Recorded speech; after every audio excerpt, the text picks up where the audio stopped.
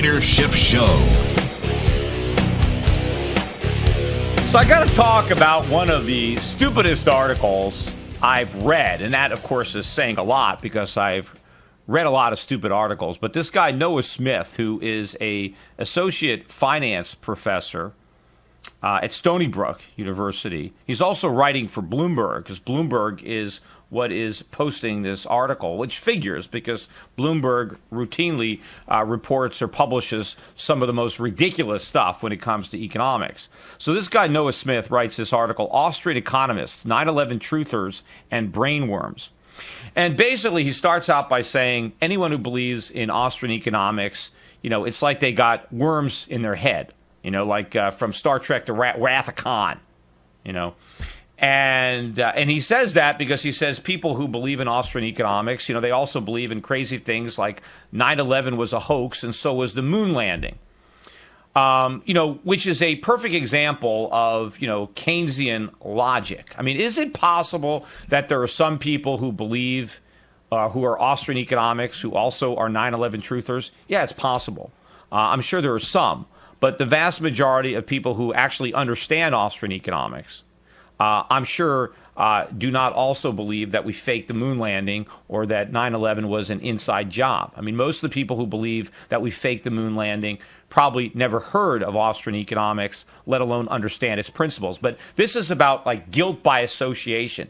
This is faulty logic that these guys use all the time, like when they're talking about deflation, right? They say, well, during the Depression, we also had falling prices, therefore falling prices caused the Depression. That's not logical. Or the Depression was bad, and during the Depression we had falling prices, therefore falling prices are also bad. That's also not logical. Or they'll say, prices fell during the Great Depression, therefore if prices fall again, we'll have another Great Depression. None of that is logical. It's just as logical as saying, well, people who believe that we faked the moon landing are crazy, and some people who believe we faked the moon landing also believe in Austrian economics, and so Austrian economics is also crazy if you believe in that. That's not logic, right? I'll give you an example. This is what logic is, right? If I say all elephants are large, right? That's my premise. All elephants are large.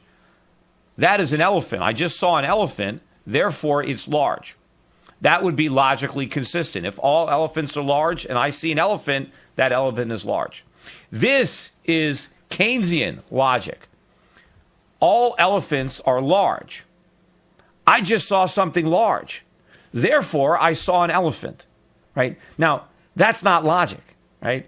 If he wants to stick with Star Trek, Mr. Spock would say that is not logical, right? It's not just because an elephant is large doesn't mean that everything that's large is also an elephant. There are plenty of things that are large that are not elephants. This is the logic that this guy's using. But probably the worst part of this article that really makes me mad is when he's trying to discredit Austrians. He said, well, the Austrians were saying that all the quantitative easing was going to create inflation. And when they were proven wrong, because there was no inflation, as he defines it as being rising prices, he writes in his article that the Austrians tried to redefine inflation, that we decided to make up a new definition of inflation as inflation and increase in the supply of money. So because we were wrong and because prices didn't go up, because we didn't have inflation, right, the way he's defining it, he's saying the Austrians took it upon themselves to make up a brand new definition of inflation that never existed just to cover up for the fact that we're wrong. That's how crazy we are, right? We're redefining a word. And he said you can't do that. You can't redefine words. You can't change the definition of words just to suit your purpose. But the irony of it is, that's not what the Austrians are doing. The Austrians are using the classic traditional definition of inflation. It's these modern economists that have redefined inflation as rising prices. So he's doing what he's accusing the Austrians of doing and saying because they're doing that, they have worms for brains. Well, the people with worms for brains is this guy, Noah Smith. I even put a little comment on his article because, first of all, has Noah ever thought about the word inflation, like where it comes from? What does it mean? Right? When you inflate something, what happens? What is the word? It means you're expanding, you're enlarging something, right? Like you inflate a balloon, you fill it with air, and it expands, right? That's what inflation is. It's an expansion, right? Do prices expand? No. You can't expand a price. Prices go up and down, right? They rise or they fall. They don't expand, they contract, right? What expands is money supply. If you create more money, you've expanded the money supply. That's where the word inflation comes from. If the word inflation was supposed to refer to prices, they wouldn't have called it inflation. Maybe they would have called it incretion. I guess the opposite is shrinkage, incretion, meaning prices are going up. But it's inflation because the word literally refers to the expansion of the money supply. And if you go back to an old dictionary, I'm looking at the Webster's Dictionary from 1913. The definition of inflation doesn't even reference prices. They have three definitions of inflation. The only one having to do with the money supply is the third one. And I'll read the third definition from Webster. Undue expansion or increase from overissue, set of currency. That's it. They don't even talk about prices. It just says an undue expansion or increase in the issuance of currency. That's a definition of inflation. Now, if you take a later Webster's Dictionary definition from 1970, the second definition is an increase in the amount of money in circulation, resulting in a relatively sharp and sudden fall in its value and a rise in prices. So they mention that inflation is an increase in the amount of money, and then they say that the result of the increase in the amount of money is that money loses value and therefore prices rise. So they talk about or they write about rising prices, but only as a consequence of inflation. That's not the definition. Now, if you go to Webster's Dictionary today and you look up inflation, it will say a general increase in prices. But that is the changed definition. That is the new modern definition. It is the modern Keynesian economists that have redefined inflation because they don't want to acknowledge what it really is. They're the ones that are lying. They're the ones that got worms in their head because they don't want to acknowledge the fact that there's inflation. And again, they're hiding behind these government numbers that claim that there's no inflation, even though there is. I mean, I get all these emails from people. Here's one I got yesterday from a guy in the wholesale advertising business for supermarkets in New York City. Here's an example of just some of the things that he's seeing just in the past year. Bags of sugar, they've gone down from 5-pound bags to 4-pound bags. That's a 20% decline, and the price is unchanged. So that's a 20% increase. They just shrank the package. Breakfast cereals have gone from 17 to 19 ounces a box to 8.7 to 12 ounces. That's a huge decline with the same price. Big drop in quantity, no change in price. 64-ounce orange juice containers and cranberry juice are now down to 59 ounces. Ice cream has gone from 64 ounces to a container down to 48 ounces. Again, prices are the same, quantity rate down. Most canned items that were 16 ounces are now 14 ounces. I get another email from a client, just bought a new set of tires. He paid $315 today versus the same tire 2 years ago, $266. And another set of tires he's talking about that has gone up 36% in the last 3 years, 9.3% a year. I get these emails constantly from people pointing out these enormous price increases that are way out of line with what the government reports in the CPI. So this guy is wrong on so many fronts. First, yes, there is a lot of inflation because the real definition of inflation is an expansion of the money supply. That is happening. That has happened. And one of the results of inflation is that prices are going up, and they are going up.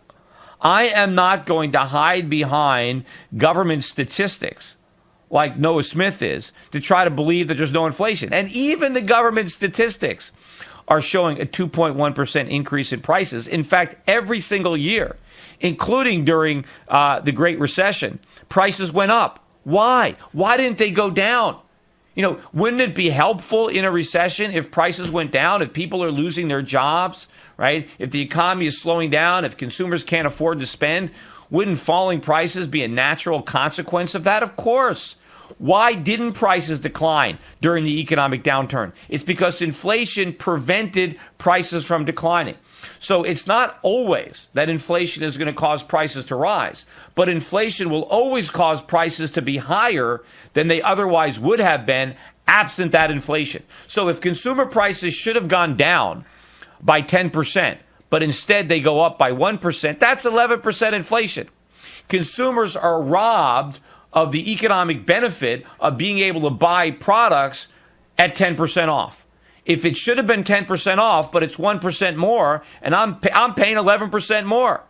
But the Keynesians ignore all that. They ignore the benefits of falling prices because they want to pretend that falling prices are bad because prices fell during the Depression. And the Depression was bad, therefore falling prices were bad. And again, that crazy logic makes about as much sense as what I said about elephants, right? Saying that elephants are big, I saw something big, therefore I saw an elephant. That is how Keynesians think. And of course, they think that we have worms in our head. Well, maybe it's because their head is so full of worms, they can't even think straight. They can't even believe their own eyes. They're just caught up in this government propaganda, and maybe because it fits their view, right? It validates what they want to believe, that printing money isn't inflation. And this guy even says in here in his article that printing money doesn't cause inflation. It doesn't lead to inflation. I mean, even monetary economists, what about, inflation is everywhere and everywhere a monetary phenomenon. That's what Milton Friedman said. So I guess this guy thinks Milton Friedman has worms in his head. I guess he thinks Milton Friedman believes we faked the moon landing too, because he thinks printing money causes inflation. In fact, I think he believes printing money is inflation. He just believed that a certain amount of inflation, a certain low amount of inflation, was somehow beneficial to the economy, which is where I disagree with Friedman. But I think I still know that I still believe that Friedman believed that the definition of inflation was an expansion in the money supply, and that prices, the effect on prices, was a result, a consequence of inflation, which even up until the 1970s, Webster's Dictionary believed that. I don't know exactly when Webster's Dictionary changed. That'd be interesting to find the first year in which they defined inflation as rising prices. But that is new. And unfortunately, this guy, Noah Smith, he's a professor of finance, never bothered to study any of that. I mean, that's typical for professors. And if these are the professors, imagine the caliber of the students that these universities are turning out.